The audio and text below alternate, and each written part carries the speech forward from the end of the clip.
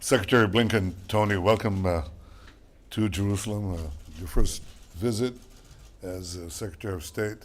I have, since we had a long discussion and we're running late, so I want to be very brief and speak about 3 points. The first point is a vote of thanks to President Biden and you for firmly supporting Israel's right of self-defense.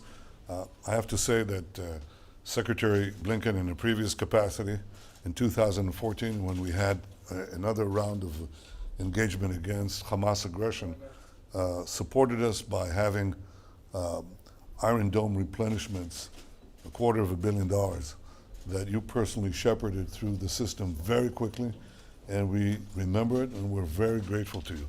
And you are giving meaning to this now, again, with replenishments of Iron Dome interceptors that save civilian lives on both sides. And we're grateful for that too. We too will give meaning to our commitment to our self-defense. If Hamas breaks the calm and attacks Israel, our response will be very powerful. And we have discussed ways of how to work together to prevent Hamas rearmament with the weapons and means of aggression. The second point is, naturally, is Iran. We discussed many regional issues, but none is greater than Iran.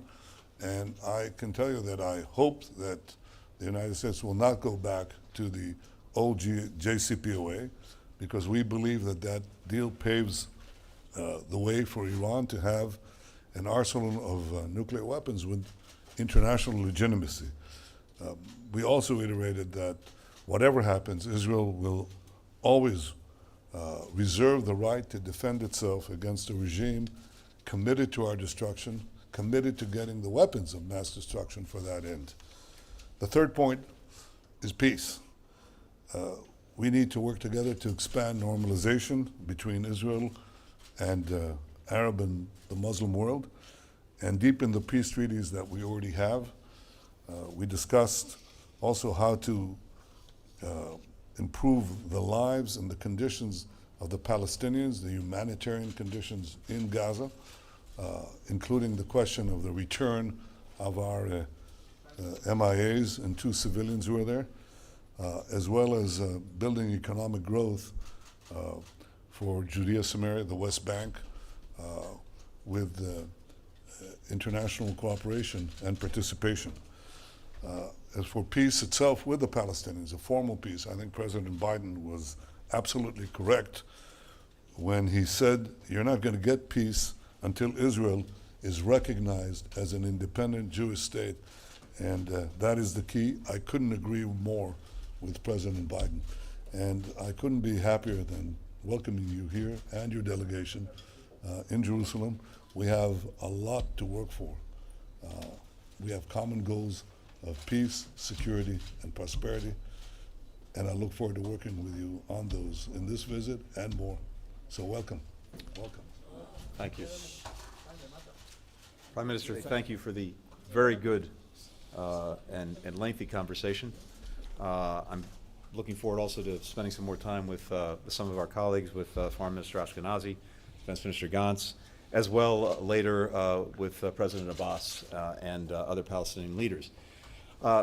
President Biden asked me to come here today really for four reasons. First, to demonstrate the commitment of the United States to Israel's security, to start to work toward greater stability and reduce tensions in the West Bank and Jerusalem, to support urgent humanitarian and reconstruction assistance for Gaza, to benefit the Palestinian people, and to continue to rebuild our relationship with the Palestinian people and the Palestinian Authority. Intense, behind-the-scenes diplomacy led by President Biden, working very closely with the Prime Minister, helped produce last week's ceasefire. Now we believe we must build on it. That starts with the recognition that losses on both sides were profound. Casualties are often reduced to numbers, but behind every number is an individual human being, a daughter, a son, a father, a mother, a grandparent, a best friend. And as the Talmud teaches, to lose a life is to lose the whole world, whether that life is Palestinian or Israeli. I underscored to the Prime Minister something that President Biden made crystal clear throughout the violence. The United States fully supports Israel's right to defend itself against attacks, such as the thousands of rockets fired by Hamas indiscriminately against Israeli civilians. For the President, I think, as many of you know, this commitment is personal. It runs deep. He has been one of Israel's most steadfast supporters for the last 50 years, having worked closely with every Prime Minister, starting with Golda Meir and now with Prime Minister Netanyahu. As the Prime Minister mentioned, we had a detailed discussion about Israel's security needs, including replenishing Iron Dome. We'll continue to strengthen all aspects of our longstanding partnership.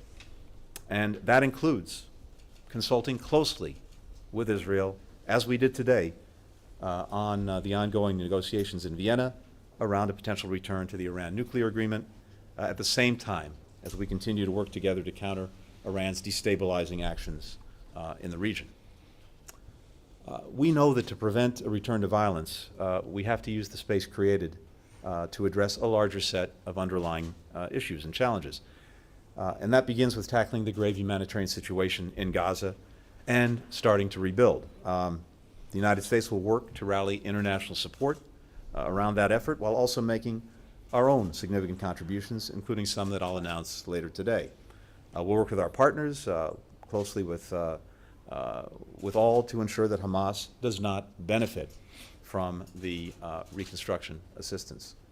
At the same time, we need to work to expand opportunity for Palestinians in Gaza and in the West Bank, including by strengthening the private sector, expanding trade and investment, and other means. Assistance and investment like these will help foster a more stable environment that benefits Palestinians and also benefits Israelis. Prime Minister and I had a chance to discuss other steps that need to be taken by leaders on both sides to set a better course for their shared future.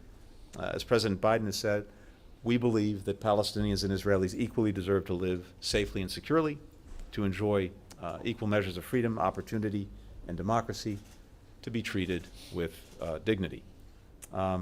We also discussed some of the intercommunal violence that erupted in Israel during the conflict, and healing these wounds will take leadership at every level of society, from elected officials to community leaders to neighbors. And we very much welcome the statements the Prime Minister made and members of his government made condemning the attacks regardless of whom they targeted. In our own country, in the United States, we've witnessed a shocking eruption of anti-Semitic attacks. As President Biden said just yesterday, they are despicable and they must stop. There's a lot of hard work ahead to restore hope, respect, and some trust across communities. But we've seen the alternative, and I think that should cause all of us to redouble our efforts to preserve the peace and improve the lives of Israelis and Palestinians alike.